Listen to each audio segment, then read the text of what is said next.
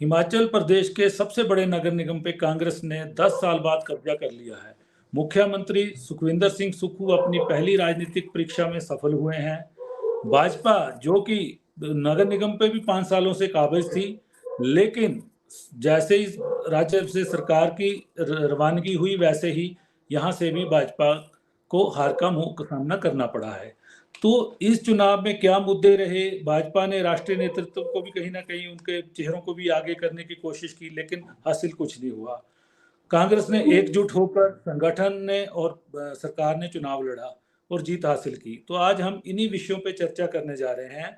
तो आज हमारे साथ स्टूडियो में जुड़े हुए हैं वरिष्ठ पत्रकार डॉक्टर शशि भूषण जी। नमस्कार डॉक्टर साहब। नमस्कार जी। नमस्कार। और भाजपा के वरिष्ठ नेता हैं संजय शर्मा जी, वो आज हमारे साथ जुड़े हैं। संजय जी नमस्कार, आपका स्वागत है। कांग्रेस की तरफ से कांग्रेस पार्टी के वरिष्ठ उपाध्यक्ष मेश्वर चौहान जी हमारे साथ जुड़े हैं। मेश्वर जी आपका स्वागत है इस चर्चा में भाग लेने के लिए।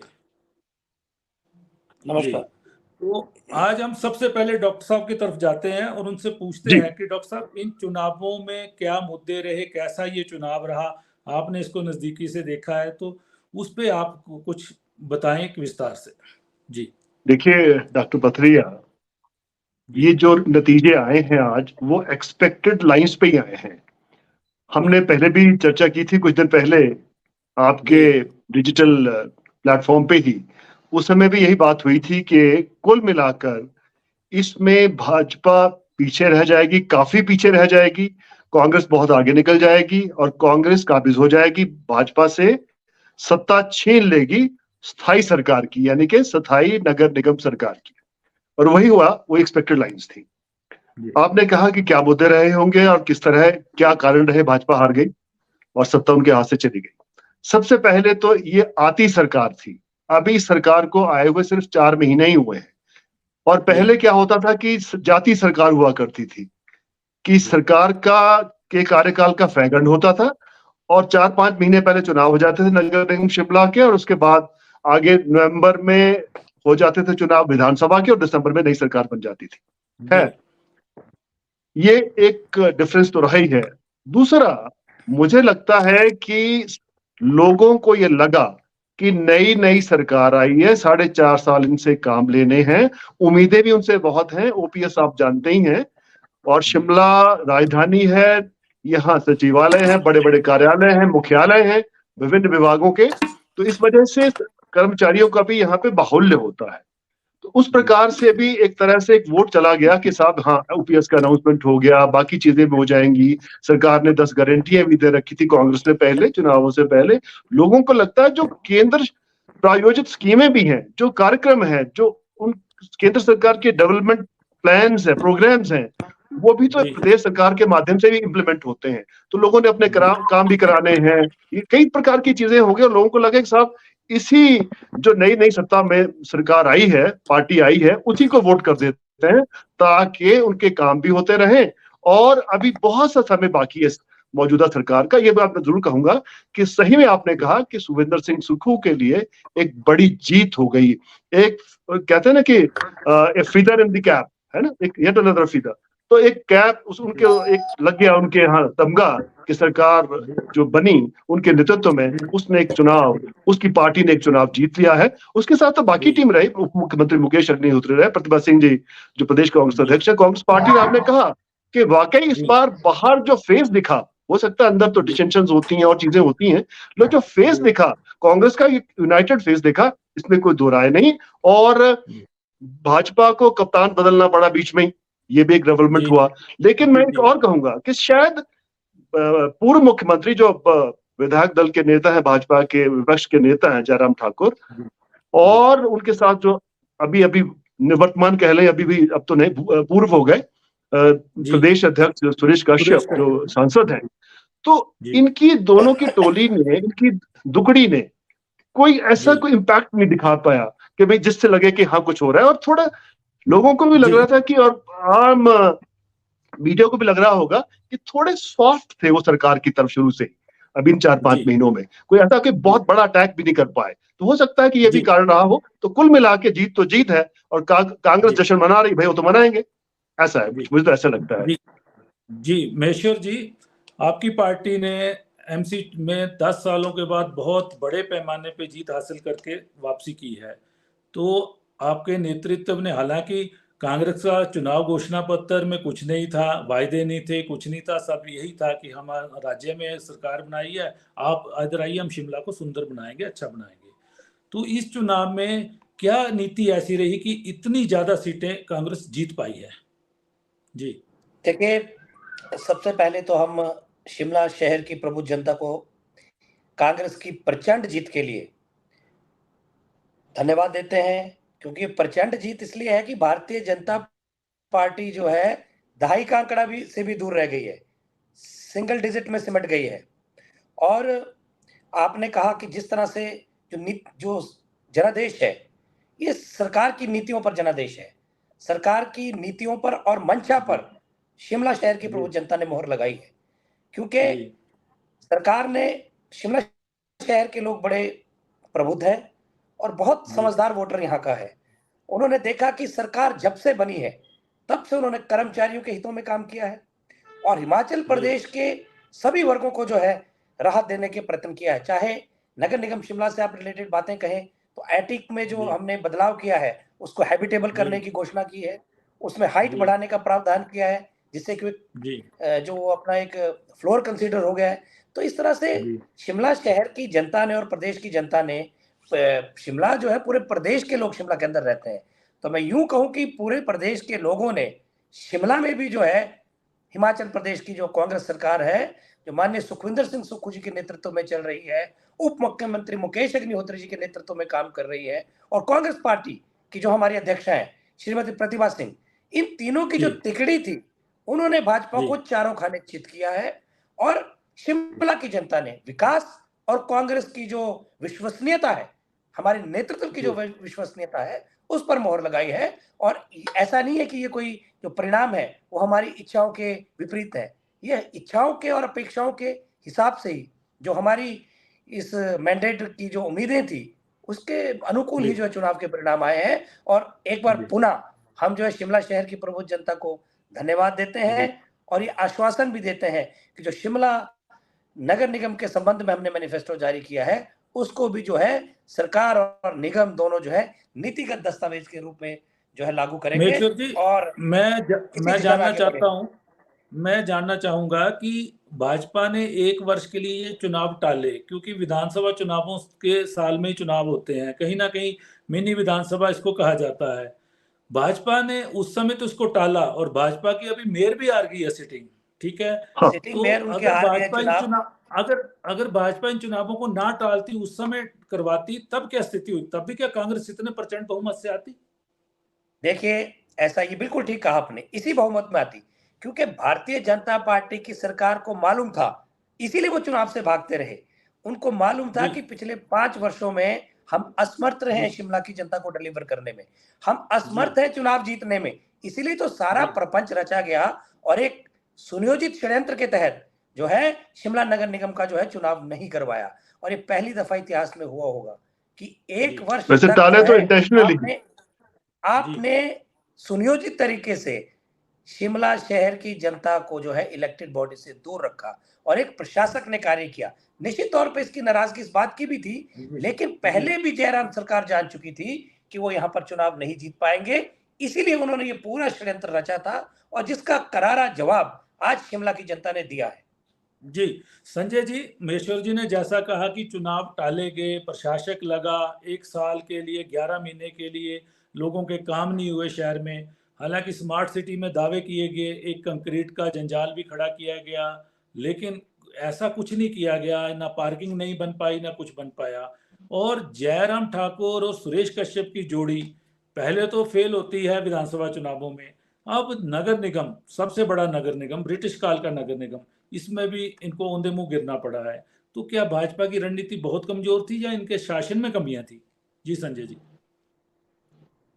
देखिए डॉक्टर पथरिया, जहां तक भारतीय जनता पार्टी का सवाल है, आपने जो प्रश्न किया कि 1 साल के लिए टाले गए, ये टाले नहीं गए। नगर निगम शिमला को जो है, जो अगर आप ही मान रहे हैं कि प्राचीन अंग्रेजों के समय का निगम है, इसको एक वृहद रूप देने का जो है वो प्रयास भारतीय जनता पार्टी कर रही थी। कुछ ऐसे क्षेत्र जो विकास में पिछड़े थे उनको भी नगर निगम में शामिल करके उनके विकास की भी एक योजना जो है वो बनाने का प्रयास इसमें भारतीय जनता पार्टी की सरकार ने किया। और उसी के चलते कभी कुछ सीटों को बढ़ाया गया, उसके लिए कभी कांग्रेस तो कभी कोई अन्य पीआईएल जो है वो हाई कोर्ट और दूसरे उसमें चलती रही। जहां तक विकास की बात है, शिमला के विधायक और वहां के मंत्री रहे आदरणीय सुरेश भारद्वाज जी, उनकी गंभीरता शिमला को लेकर के बहुत ज्यादा थी। उन्होंने बहुत अपने हद तक जितना प्रयास वो कर सकते थे, चाहे वो स्मार्ट सिटी के अंदर योजनाएं लाने की बात थी, चाहे वो नगर निगम का व्यक्तिगत उनके प्रयास थे, उनके अंदर उन्होंने काम करने की कोशिश की। और मैं आपको पिछले विधानसभा सेशन का मैं आपको बता सकता हूं, ऑन रिकॉर्ड है विधानसभा के अंदर, कि मुख्यमंत्री ने स्वयं माना, मुख्यमंत्री का एक प्रश्न की रिप्लाई में उन्होंने माना है कि पिछले 5 वर्ष के अंदर जो है पिछली सरकार के समय में शिमला को जो है वो एक बेहतर और विस्तृत रूप देने के प्रयास हुआ है। यहाँ की सड़कों का, यहाँ के अन्य सुविधाओं को बढ़ाने का प्रयत्न जो है ये मुख्यमंत्री की, ये मैं नहीं बोल रहा हूँ। आप जाकर के विधानसभा के उसमें आप पटल में देख लीजिए, मेरे पास मैं अभी सूचना वो साथ में रख के बैठा नहीं हूं, मैं आपको प्रदान कर सकता हूं कि मुख्यमंत्री ने स्वयं माना कि 5 वर्ष के अंदर जो है वो शिमला के अंदर स्मार्ट सिटी के अंदर चाहे योजना हो, चाहे सड़कों के विस्तारीकरण की योजना हो, वो पिछली सरकार, भारतीय जनता पार्टी का नाम नहीं लिया होगा, लेकिन पिछली सरकार कौन की? भारतीय जनता पार्टी की, जयराम ठाकुर के नेतृत्व में चलने वाली सरकार। तो इसमें ये ठीक है, मैं डॉक्टर शशि भूषण जी की बात से सहमत हूं कि नई नई सरकार बनी है और शिमला जो है वो कर्मचारी बहुल क्षेत्र है।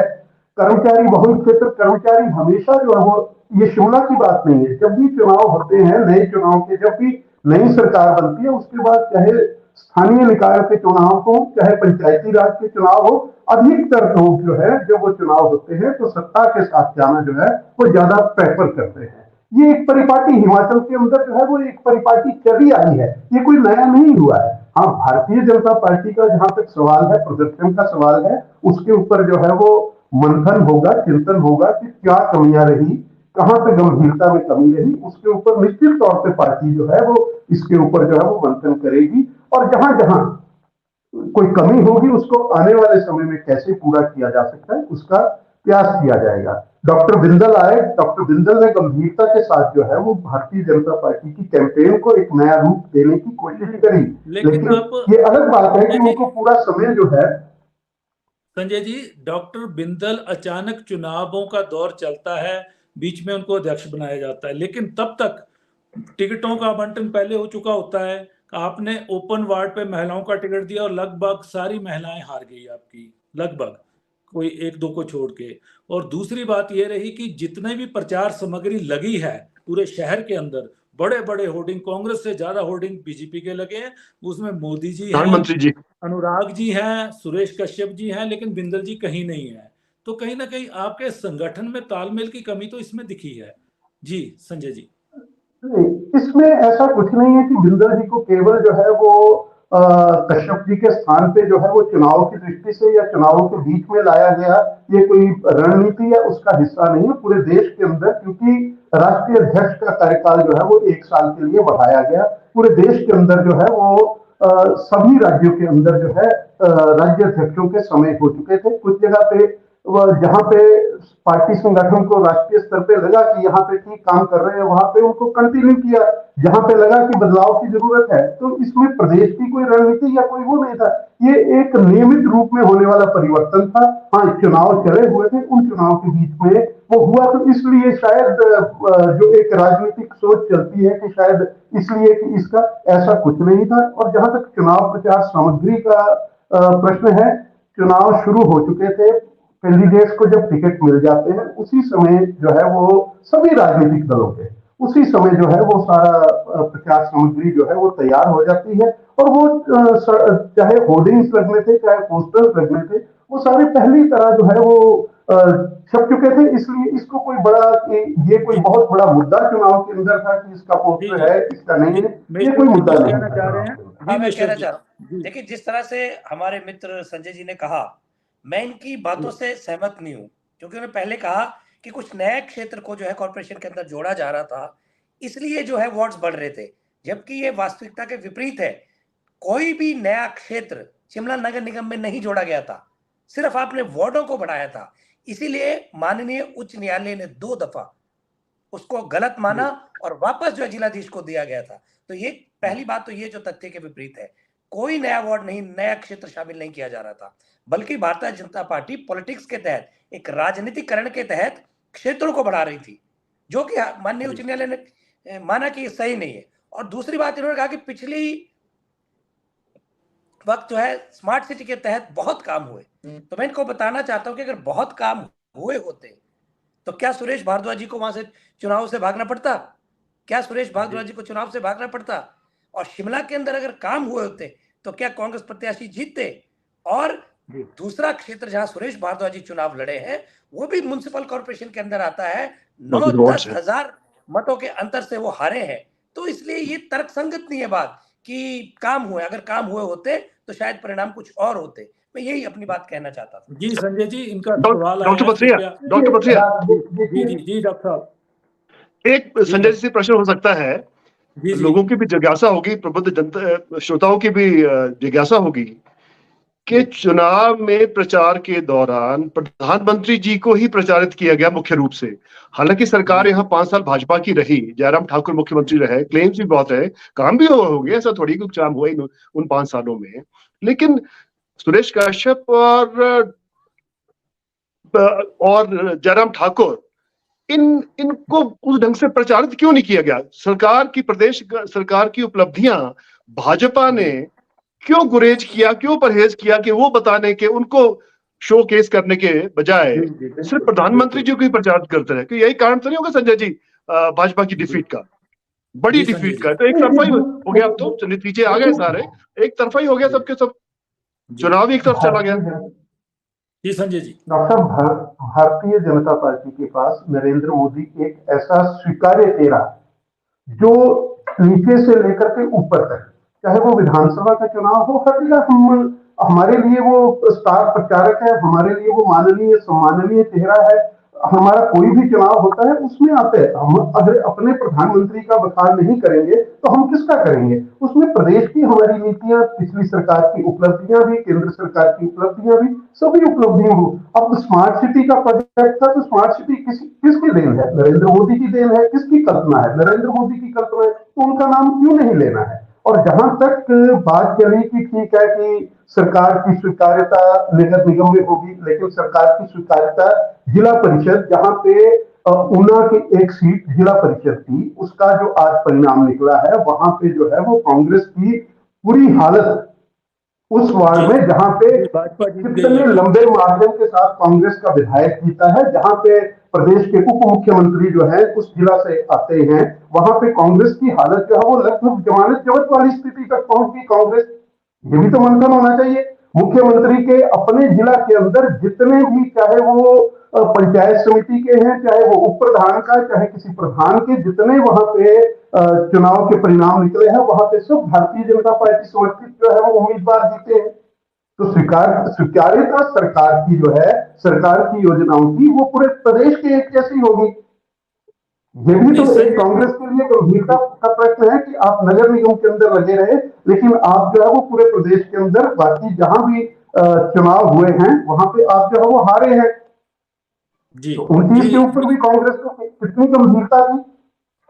जी मेश्वर जी ये कुछ बोलना चाह सारे रहे हैं? प्रश्न आते हैं। देखिए, जिस तरह जब से आपने चुनाव सवाल चलता उठाया है तो सारे समीकरण भी देखे जाते हैं। प्रधानमंत्री जी के, देखिए मेश्वर जी। कांग्रेस पार्टी इन बातों में विश्वास नहीं रखती कि आप किसका, ये बातें भारतीय जनता पार्टी को बहुत ज्यादा नजर आती है।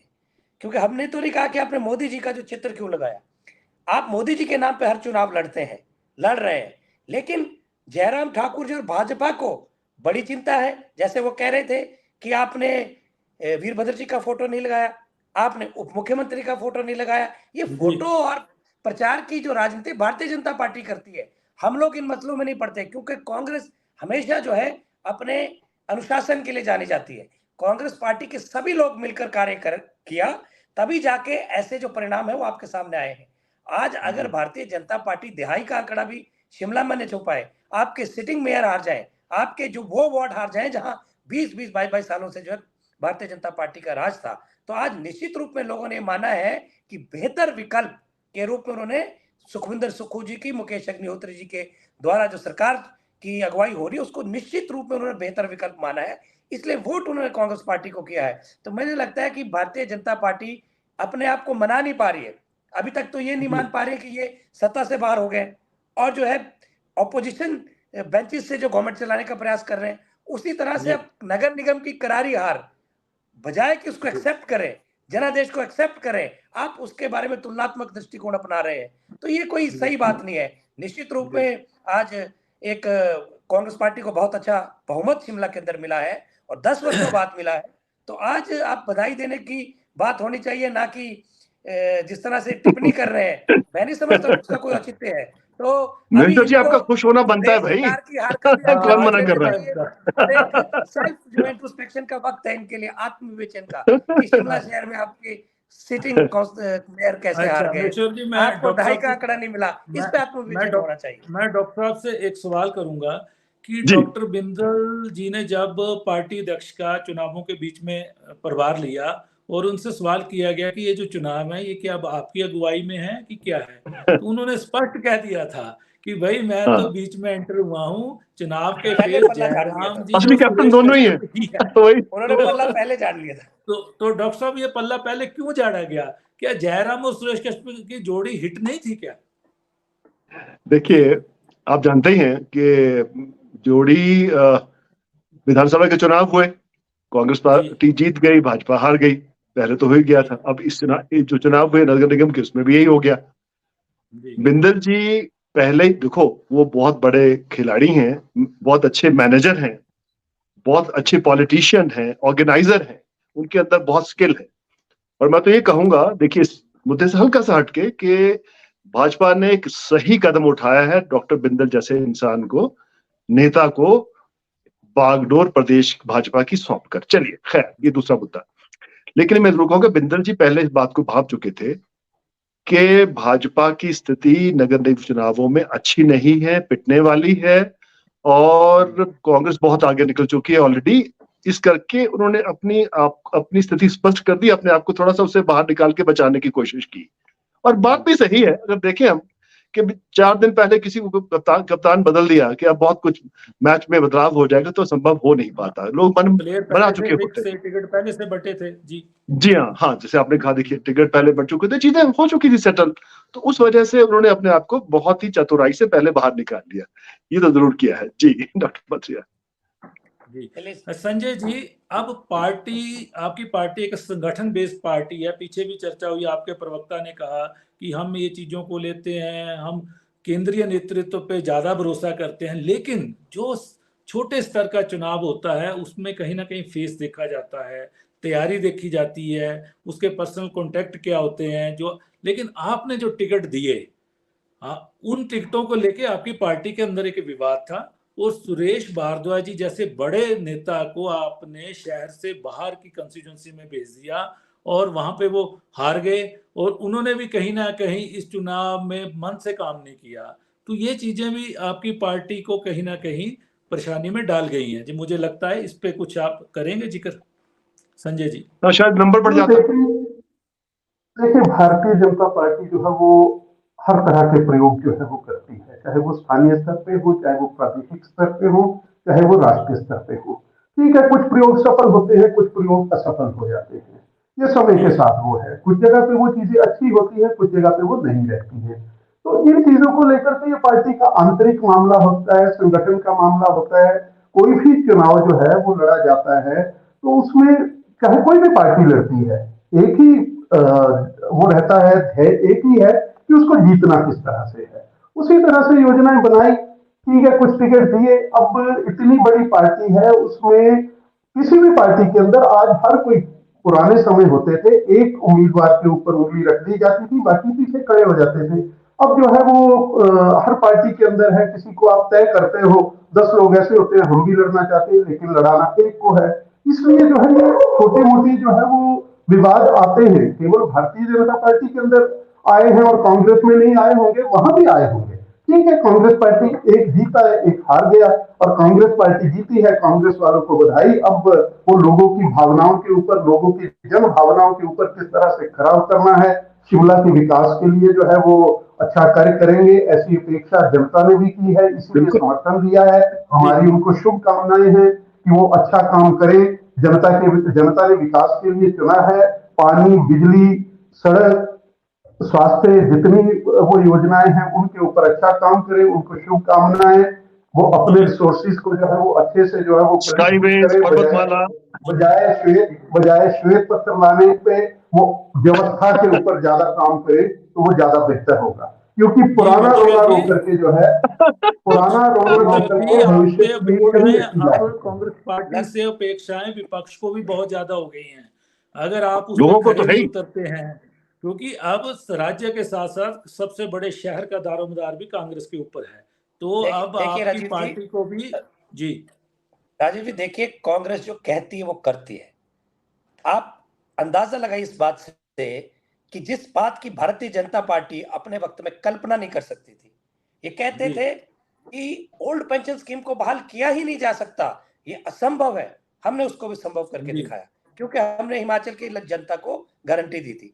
तो हमारी कथनी और करनी स्पष्ट है, जो हमने कहा है वो करेंगे। और शिमला नगर निगम के परिप्रेक्ष्य में भी जो हमने बातें कही हैं उसको पूरा करेंगे। और मैं धन्यवाद देता हूँ, संजय जी ने भी हमें बधाई दी है, आपका बहुत बहुत धन्यवाद। और जैसा आपने जी कहा, निश्चित रूप से नेशो जी कांग्रेस की डबल शिमला इंजन हो नगर गया निगम ना, है अब तो ये भी वो डबल इंजन, ये भी डबल इंजन ये अपेक्षाएं डबल ज्यादा इंजन के है। साथ दौड़ेगा। नगर और निगम, निश्चित नगर रूप निगम और से प्रदेश सरकार। शहर के विकास को जो है नए पंख लगेंगे।